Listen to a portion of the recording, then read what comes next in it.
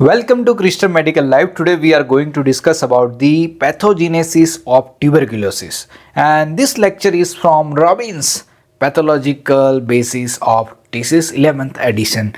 So tuberculosis, it is due to the Mycobacterium tuberculosis bacteria or Mycobacterium bovis. Infection is a presence of a bacteria inside a cell, but a disease is a complete spectrum host reaction against that bacilli. Whenever person spit, some of the particle from the sputum goes in air, and people like me and you will inhale. So this bacilli will go through your trachea into bronchus, into bronchioles, into the alveolar sac. And here, this is the cross section of this alveolar sac. You can see the alveoli in the alveolar sac. This is the common respiratory pathway. Okay.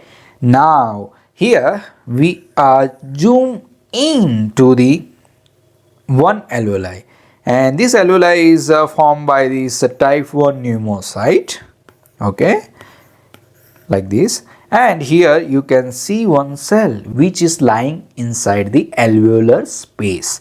So it is a alveolar macrophage. Okay, now this Mycobacterium bacilli which travel through your nose till this alveolar macrophage, it will attach to this cell by receptor called mannose binding lectin and the complement receptor 3, which is a very important thing for your exam. So this bacilli, this bacteria Mycobacterium is attached to this receptor. Now the phagocytosis will occur. This alveolar macrophage will engulf this bacilli through the process of phagocytosis. Finally, you will see like this, the bacilli inside one phagosome. But this phagosome is very immature.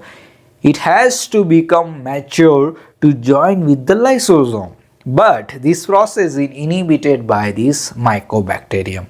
They will not allow phagosome to be matured enough to join with the lysosome. Why we have to join this phagosome? This is the phagosome containing the, why this phagosome has to meet with the lysosome? So why? Because this lysosome has acid enzymes, and this will kill this Mycobacterium if this fusion will occur. But Mycobacterium is very intelligent. They will attract coronin protein from the host toward the phagosome. So this pink one are the coronin protein which is located on the phagosome membrane. Now this coronin protein activate the phosphatase calcineurin, which will help Mycobacterium by inhibiting this fusion. Okay, phagosome lysosome fusion will not occur. Okay, so that this bacilli will sustain, will survive, will multiply in this phagosome inside the macrophage. Enemy is growing inside this cell, immune cell, and we are doing nothing. Okay, but these are the new macrophage, new alveolar macrophage, which will live long. But what happens if old macrophages containing the bacteria goes toward the interstitium? So now the old macrophages which containing this phagosome with Mycobacterium, they are going to die. They will destroy their membrane, their phagosome is also destroyed, so that this Mycobacterium and their antigens are exposed to the interstitium. And do you know what reside inside the interstitium? Dendritic cells. Yes, antigen presenting cells. So now they recognize foreign body inside the interstitium. They have a TLR2 receptor, and inside they have a TLR9 receptor on the endosomes. Okay, So they will engulf the bacteria, they will process, and they some of the unmethylated CpG DNA motif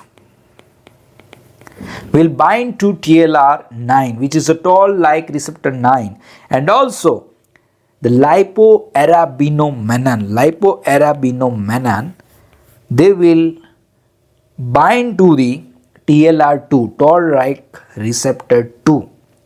And what happens? These dendritic cells become angry, and what it can be do? They are going toward the lymph node and they are traveling so much. In lymph node, they will contact naive T cells, which are the CD4 positive T cells. Now, because of the TLR receptor, which is activated by the lipoarabinomannan, they will release, this dendritic cell will release interleukin 12 and interleukin 18. With the exposure of this antigen, naive T cell become furious. Why? This antigen is entered in our body, which is the Mycobacterium. So, this naive CD4 T cell will convert into the Th1 cells, and these Th1 cells will release one nectar, which is called the interferon gamma. Now, interferon gamma, what will it do? So, interferon gamma will activate your sleepy macrophage from the deep sleep. So, they are containing the phagosomes with the Mycobacterium, but they are doing nothing. They are just trying to attach this phagosome to lysosome, but they are not able to do it. So now this interferon gamma tell macrophage to do something. What they will do? We are focusing on this phagosome, and here you can see they will increase the nitric oxide and reactive oxygen species inside the phagosome, so that these reactive oxygen species will kill the bacilli and they will completely destroy it inside the phagosome. Now the sum of the Mycobacterium will remain there. If your immunity is not that good, then your interferon gamma has to call antimicrobial substances like defensine from the other area toward this antigen. Okay, so it mobilizes the defensin toward the antigen, and ultimately it can do the autophagy. So completely destruction of that follicle phagosome by the autophagy. Okay, now you have one question: how the granuloma and the giant cell formation occurs. So these inactivated macrophages, which are the sleepy one with the bacteria, once they get the interferon gamma from the Th1 cells, they become the activated macrophages, and these activated macrophages converted into the epithelioid histiocyte.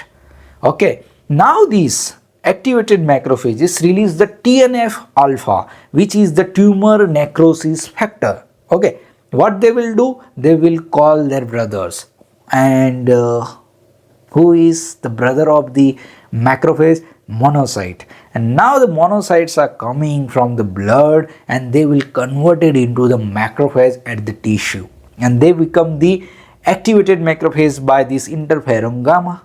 Okay, and they will recruit around these infected macrophages by these Mycobacterium, and they will make a prison for the Mycobacterium tuberculosis.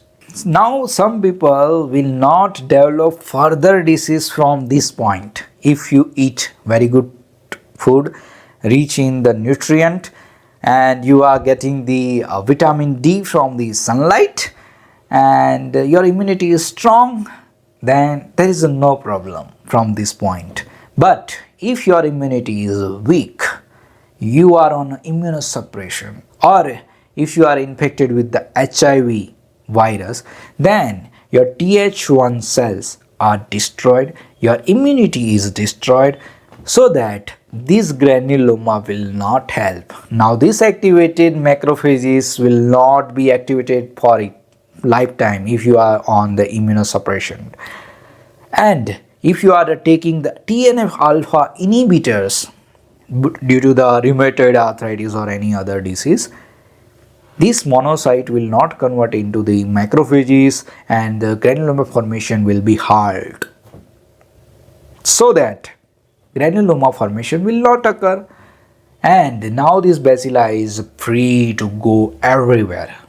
Okay, so this is how the spread is going when you are taking TNF alpha inhibitors. So tuberculosis will activate again.